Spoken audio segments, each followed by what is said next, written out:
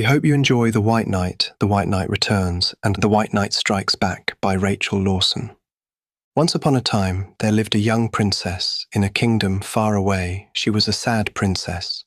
She felt stifled by her job, but loved her kingdom like life itself. One day, the princess found a secret room in the old part of the castle, her home, where she found an old suit of armor and a secret entrance to the castle. It was a great moment in her life. She put the armor outside and rode her horse out of the front gate and put on the armor, stowed her clothes inside the secret room, and rode her white horse into the countryside dressed as a knight. While on the road, she met a man being robbed by a bandit. He was a handsome prince, the victim. He was having trouble. She saved him and took him to her home, where she left him. She rode back to the secret entrance, changed back, and rode home via the front gate. She met the prince again. He was with her father, the king. "Hello, Isabel," said her father to her. "Hello, father, who is your guest?" the princess replied. "He is Prince Justin, came to see you," said her father. "Came to see me, why?" asked Isabel. "My father wants me to marry. He's got me on a tour of all the local kingdom to look for a princess," said Prince Justin. He stayed a while. They fell deeply in love, the princess and Prince Justin. While he was there, the castle came under attack by a Gryphon who first attacked the town, then the castle. It took the king. The worried princess left the castle on her horse again and changed into the knight and fought the Gryphon and took back the king, killing the beast, and taking from it a magic feather, she placed it in her helmet. She returned the king to the castle of their home and rode off waving as her horse reared. The mysterious knight was the talk of the castle for weeks after. When the knight, returned to slaying a dragon with Prince Justin.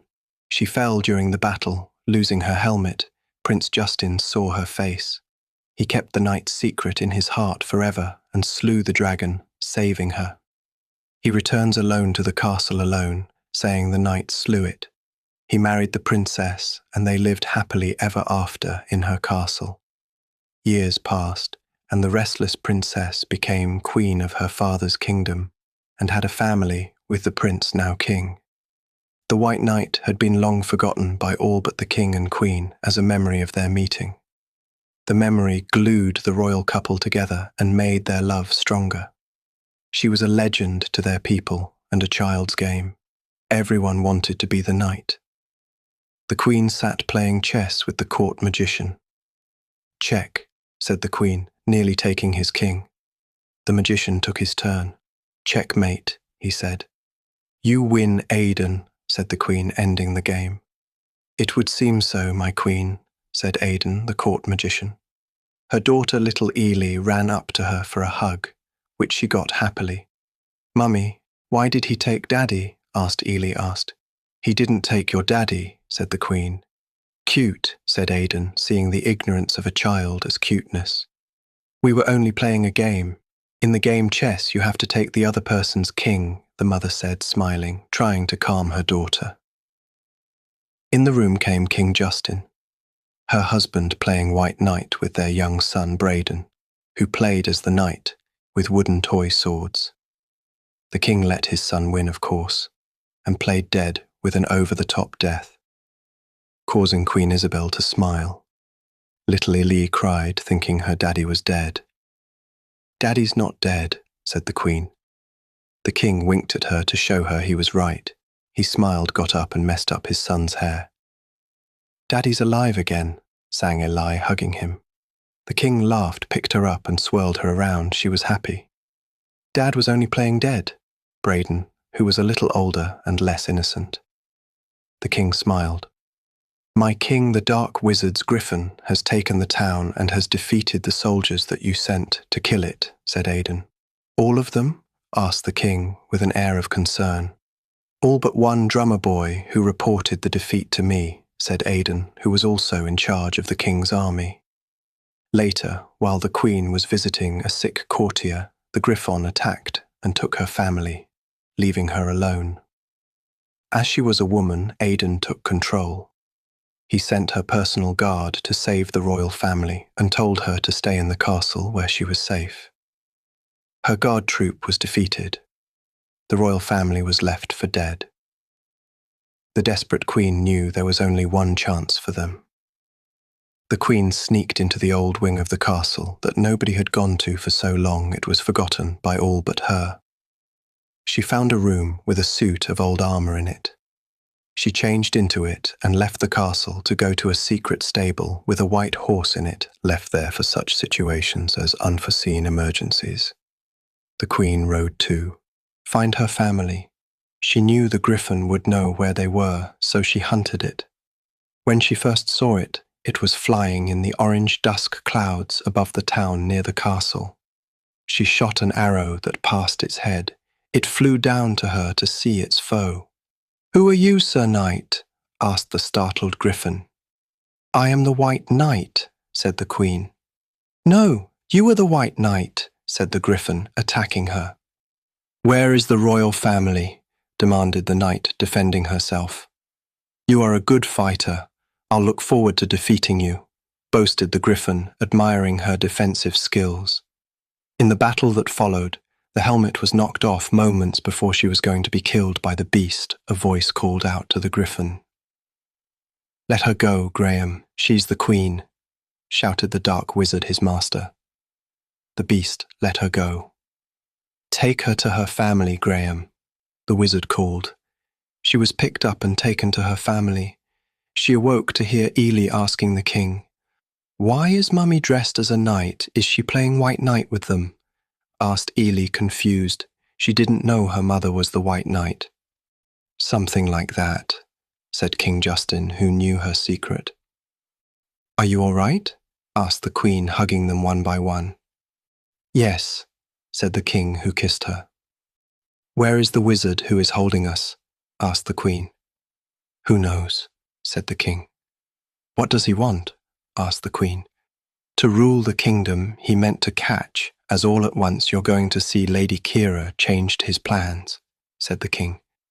"Aiden's looking after things now. He didn't want to spill any more blood to get you released. That's why I'm here." "I'm here to save you," said the queen sadly. "Oh no, it worked," said the king. "What worked?" asked the queen. "It is Aiden who holds us here," said the king.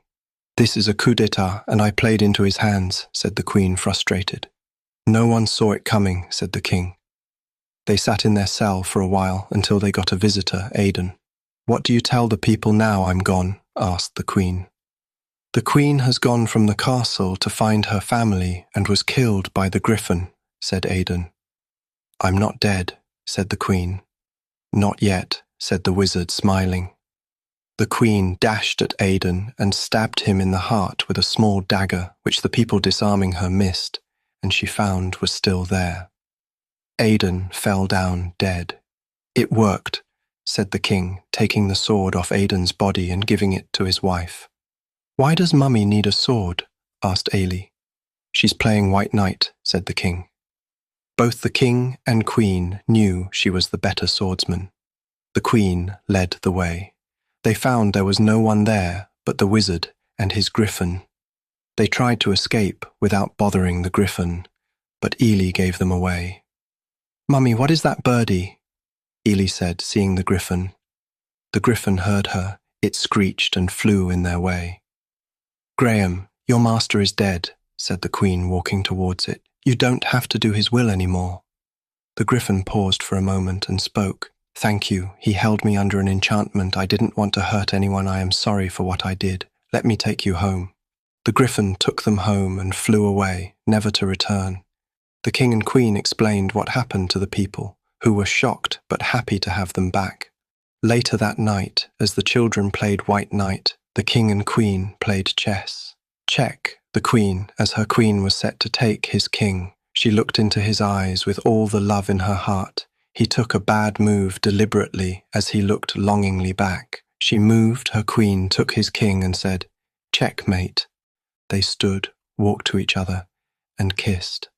Once upon a time, there lived a young princess in a kingdom far away. She was a sad princess. She felt stifled by her job, but loved her kingdom. It was her life.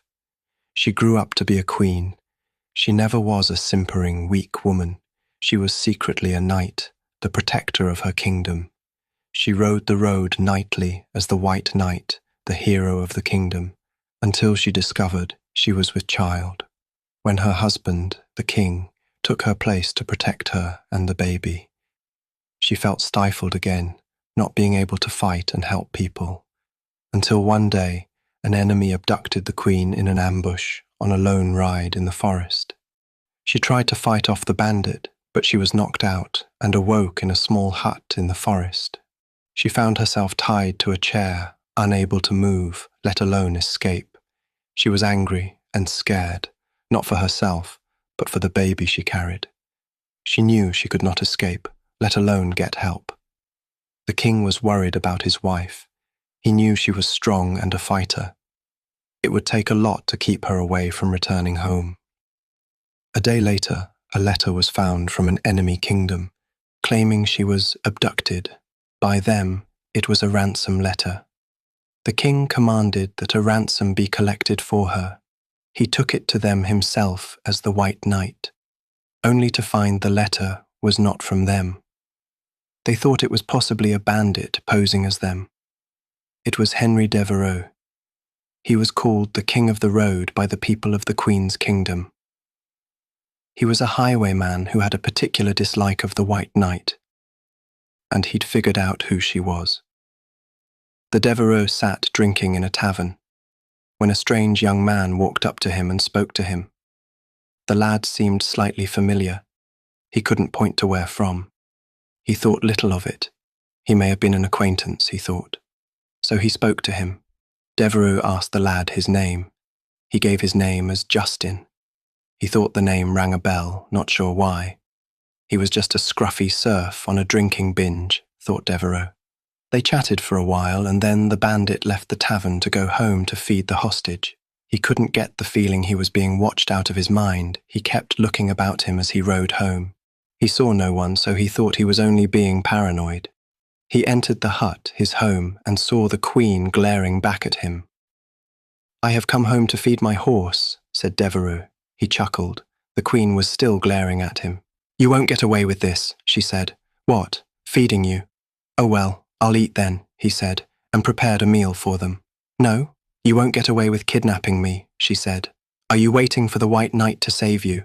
"Somehow I can't see that happening," the bandit replied, knowing she was the knight. "No, Justin will save me," said the heavily pregnant woman. It struck a nerve in the bandit. He realized where he'd seen the scruffy lad before. It was the king. Devereux tried to feed her a chunk of cheese. She refused to eat. "Eat it for the baby," he said. "It's not poisoned. See?" He ate a bit. "For the baby," said the bandit. Trying to feed her again, she gave in and ate. The bandit sat watching her as she fell asleep, tied to her chair.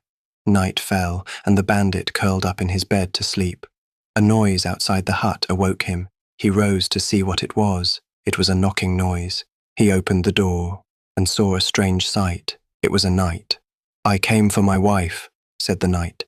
The White Knight knocked the bandit out with his gauntlet. Justin walked past the unconscious man and walked over to his still sleeping wife. He cut her bonds and raised his helmet off his head. She looked so peaceful. He smiled, then awakened her with a kiss. "Justin," she muttered as she awoke. "Yes, my love," said Justin, smiling. They tied the bandit to the bandit's horse, and they both rode Justin's horse home, with the bandit's horse led by their horse. The bandit was punished. The king and queen lived happily ever after.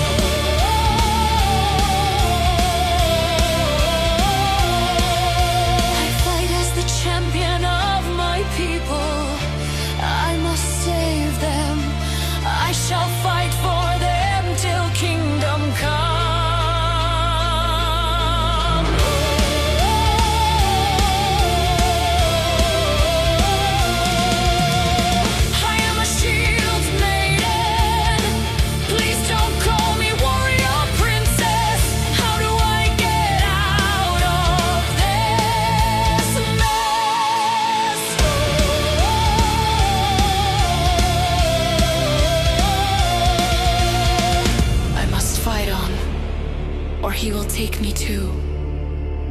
I hope I will see this through. Sir Thomas just fell to this dragon's rage. Will I fall to this dragon too? Sir John has just withdrawn from this battle. Next, who? My turn, I'm fighting alone with the dragon. There is no one else left to stop him. I must go out on a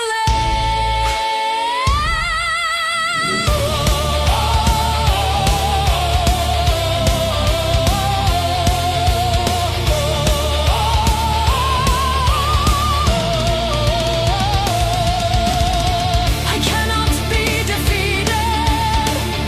I cannot give in. He cannot win.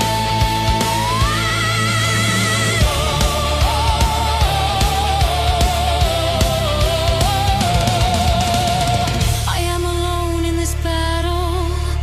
I have no one by my side. So on I must ride.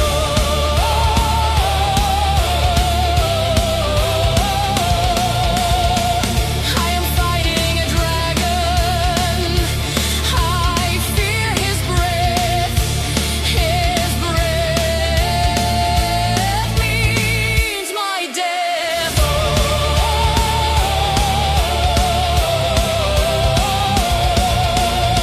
I must defeat my dragon.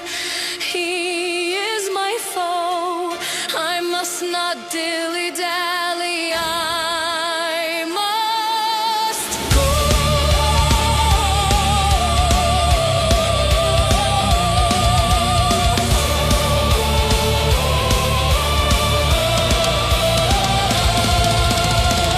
I am only a woman. Don't think that makes me weak. I am not meek.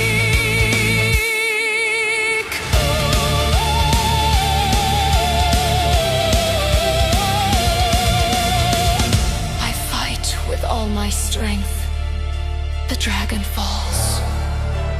The dragon makes its last calls.